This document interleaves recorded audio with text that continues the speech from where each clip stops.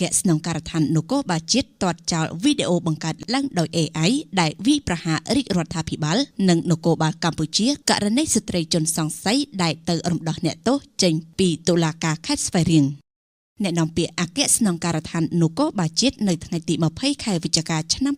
2025បានចេញមកទាត់ចោលទាំងស្រុងចំពោះវីដេអូមួយដែលបង្ហាញពីសកម្មភាពសមត្ថកិច្ចបានបំពានលើរូបរាងកាយស្ត្រីជាជនសង្ស័យក្នុងករណីរំដោះអ្នកទោសចេញពីតុលាការខេត្តស្វាយរៀងអ្នកនាំពាក្យអគ្គស្នងការដ្ឋាននគរបាលជាតិបានអះអាងថាផ្អែកតាមការពិនិត្យនិងស្រាវជ្រាវសមត្ថកិច្ចរកឃើញថាសកម្មភាពនេះជាវីដេអូคล้ายៗដែលបានបង្កើតឡើងដោយបច្ចេកវិទ្យាបញ្ញាសិប្បនិម្មិត AIដែលបង្កើតឡើងដោយប្រទេសជិតខាងក្នុងចេតនាញុះញង់វាយប្រហាររាជរដ្ឋាភិបាលនិងកិត្តិយសនគរបាលជាតិក្នុងន័យនេះអគ្គស្នងការដ្ឋាននគរបាលជាតិសូមអំពាវនាវដល់សាធារណជននិងអ្នកប្រើប្រាស់បណ្ដាញសង្គមបញ្ឈប់ការចែកចាយវីដេអូខាងលើនេះជៀសវាងនាំឲ្យមានការភ័ន្តច្រឡំដែលធ្វើឲ្យប៉ះពាល់ដល់កិត្តិយសនគរបាលជាតិកម្ពុជាអគ្គស្នងការដ្ឋាននគរបាលជាតិនិងចាត់វិធានការតាមផ្លូវច្បាប់ចំពោះបុគ្គលដែលបន្តការចែកចាយវីដេអូคล้ายៗនេះនាងខ្ញុំរដ្ឋាពី VOB TV